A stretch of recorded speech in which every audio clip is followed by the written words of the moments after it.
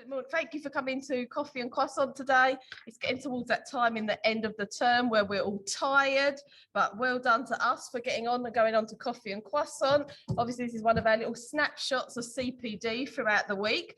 Today, we're going to be with Farhana from Maths, and we're going to be looking at differentiation and scaffolding and when is the appropriate time to use both, or when is each one more relevant. I've had a look at it. It's a really good session by Farhana this week, and I really found it interesting. It's because it's something we don't really discuss much. So without further ado, I'm going to pass over to Farhana.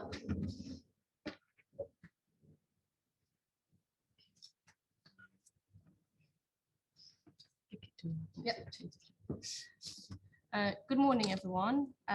So as Louise has introduced, this session is on differentiation and scaffolding, whether it's same or different, and when we should use it, and when we should use each one. So scaffolding and differentiation, they both share a lot of similarities. Both are used to refers to a wide variety of teaching techniques and adaptations that are used to teach students with diverse learning needs in the same classroom. Now, scaffolding and differentiation are both frequently used words that thrown around in schools, often interchangeably and without precision, but however, there is a very, very distinct difference between the two. So differentiation is setting different tasks for different groups of students so that they can all work at their own level. Now, for example, if you've got high, middle, low performers, we might give them a completely different text for each group of students so that they can all read something. In math, for example, we might give them a completely different worksheet that they can all use, that they can all access, and so they are all getting on with something in the classroom. But there's a problem with this. Now, the problem is that under our so-called low ability, or the underachievers, if we leave them to this kind of teaching and they only receive less complex and challenging expectations, text and learning experiences, they might continue to perform at lower level and they would never catch up. And then this is how we get our underachieving MAS students, or the students that should be achieving really high, but they get low grades. And hence, although they've been here from year 7, every year they're in this situation. So then we get the underperforming students when it comes to GCSE. Now, scaffolding is a concept that shifts the approach meeting the needs of diverse learners. So simply put, scaffolding is an instructional method that progressively moves students towards a greater independence. Now, we have lots of different students in our school. Okay, in our classroom, we've got students that have different knowledge, different ability, different background, and rather than providing them with something completely different, we should consider scaffolding. So I was reading something and it was quite interesting, so I thought I'd put it in here. It kind of demonstrates scaffolding really well in a practical life situation. So at an army jump college in Georgia, mastering a parachute landing fall is a must. Now, the school supports the recruits and to master this extremely complex, difficult skill within 3 weeks. Now, how do they do this?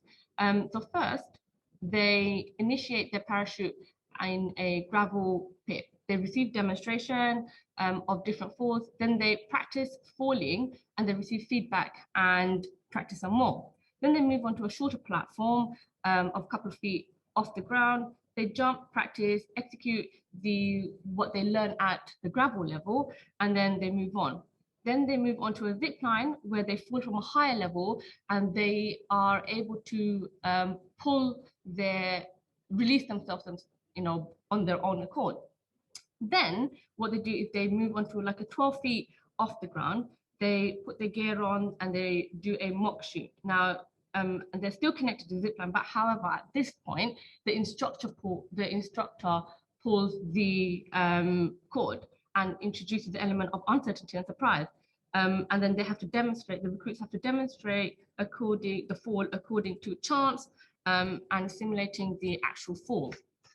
Finally, they moved on to a 30-foot tower, and this in this final step, they demonstrate mastery before they board an actual plane and jump off the plane in a real life situation. Now, I think this is a fantastic example of scaffolding in real life, and this is what we should be doing in our classrooms as well. So I think that now there's some questions that we need to think about. Do you have pathway A pupils you think that need to be doing pathway C and D work in your classroom? Do we teach easier topics to these students so that the top, middle, and lower students can all access it? For example, do we teach them a pathway B booklet, or do we just leave them to it in the corner and hope that they get some of it, and then we just move on to the next topic? No, that is not what we should be doing. We should always be teaching from the top down. So we teach at the highest level and scaffold it down so the students at progressively lower can actually access it, the same work. Now, going back to our underachieving students and why we have so many of these underachieving students, particularly in our school and our classroom, is that a lot of the time, some of the teachers have a tendency to either give the underachieving students easier work, or they don't have the same high expectations from them. So although they're in the same class and they should be the same level, we don't expect that we don't have that high expectation of them because they're, underachieving. And then this happens year on year, every year from year 7 to year 10, year 11, the students are in the same situation. And then what happens in year 10 and 11 is that suddenly we as teachers and, we think that, oh no, we need to have that same expectation out of the students. They need to be performing at the same level as my higher achievers. So we start putting interventions in place, we start giving them extra work, and we are in fact trying to force the students to close the gaps. Now, you should be thinking, is that the students' fault? Okay, is it their fault that they're in that situation, or is there somehow are we to blame for that?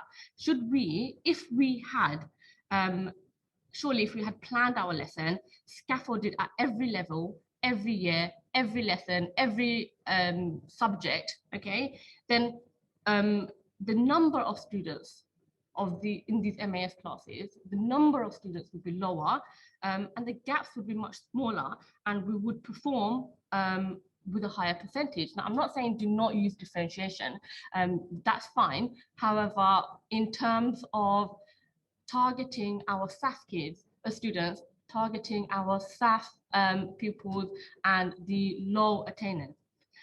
So I would like to just quickly go through some examples that I've been using in my class and also in some other subjects which I thought would be a good way to try and scaffold down. So in this example here, what I've done is it's the year 10 class, they're doing quadratic equation, and they have to memorize the formula, but they also need to understand how to apply the formula to the question. So what I've done is I've highlighted the key information, given them the formula, given them filling gaps where they would fill it in and then carry on. Okay, this is another example I did for my year 9 class.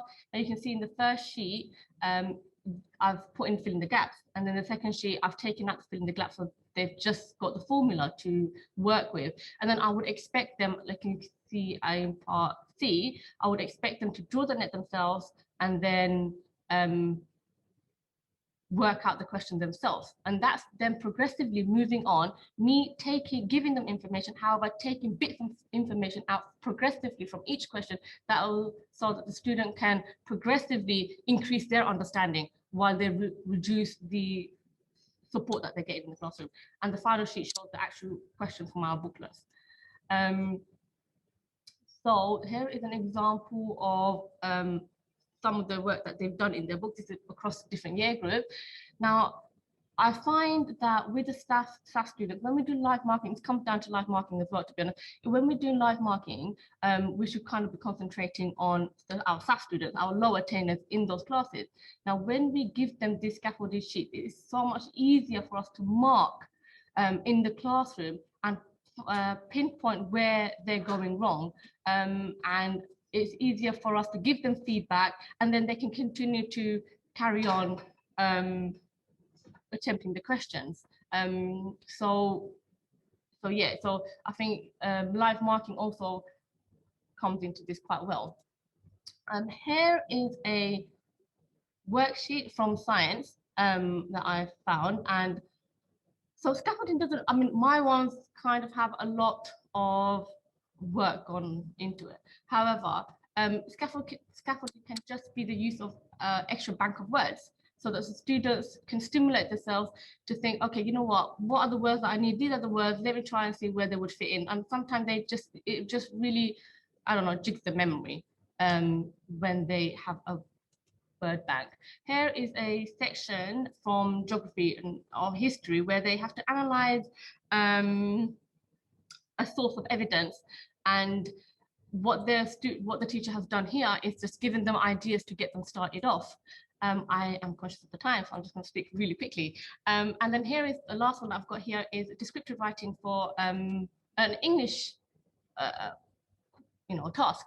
Now, I know that when I was in school, I would have loved to have something like this when I was trying to do a descriptive writing. My mind would always go blank. I'm a math teacher, so English isn't really my strongest or the most interesting to me. However, giving their students sentence starters I think would help them a lot to get them started, instead of them sitting there and then otherwise you've got lots of students putting their hand up thinking, Miss, how do I start? Sir, how do I start? So if giving them these, they can get started, give them 5 points. Now, these may not be the best sentence starters, but I personally thought that it's something for them to start on and go with. So, sorry, I've spoken really fast, but the key takeaways I would say is that differentiation and scaffolding are not the same. Sometimes we do use them in the same sentence, but they're not the same thing. And we should not be giving our students, our high achievers, easier work to do. We should never be giving them easier work to do. Our expectations, regardless whether they are low attainers in a higher set, we should still have the same expectation. We should still think that we should still want them to achieve the same at the end of the lesson. Pick your lesson for the top end of your class and make sure that all the students, whether they're low attainers, high attainers, EAO, it doesn't matter what they are, what category they fall into, that they all can access the same piece of work. We should try to avoid different pieces of work in the same lesson. It makes our life easier as well, then you're marking so many different types of work. And the last thing I would say is that all students should leave the classroom meeting the same learning objective, but maybe all at different levels. And that's it from me. If you, I would like everyone to maybe have a go at this, try it out. Let me know how you feel, whether it's, whether scaffolding really helps in your classroom. I know it helps me, and I hope that it's something that we can, incorporate into the school and do as a whole school. Thank you. Thank you so much, Farhana. I think that was really key what Farhana said there about, when we think about, for us as a school, we've got a big focus on our MAS underachievers, and ensuring that, you think to yourself, I've got this pathway A student, and you hear people say, that, they're not really pathway A. Well, actually, we have a responsibility to make sure they achieve our expectations for pathway A students. And as Farhana said, the way to do that is not by giving them easier work, it's to ensure we're scaffolding that pathway A work to make it accessible for all of our students. So as Farhana said, give your scaffolding a go for your underachievers. Let us know how you get on with it. It's 8:01, we're over by 1 minute. So I hope everyone has a great weekend when it comes. Have a good day. See you later, guys. Bye-bye.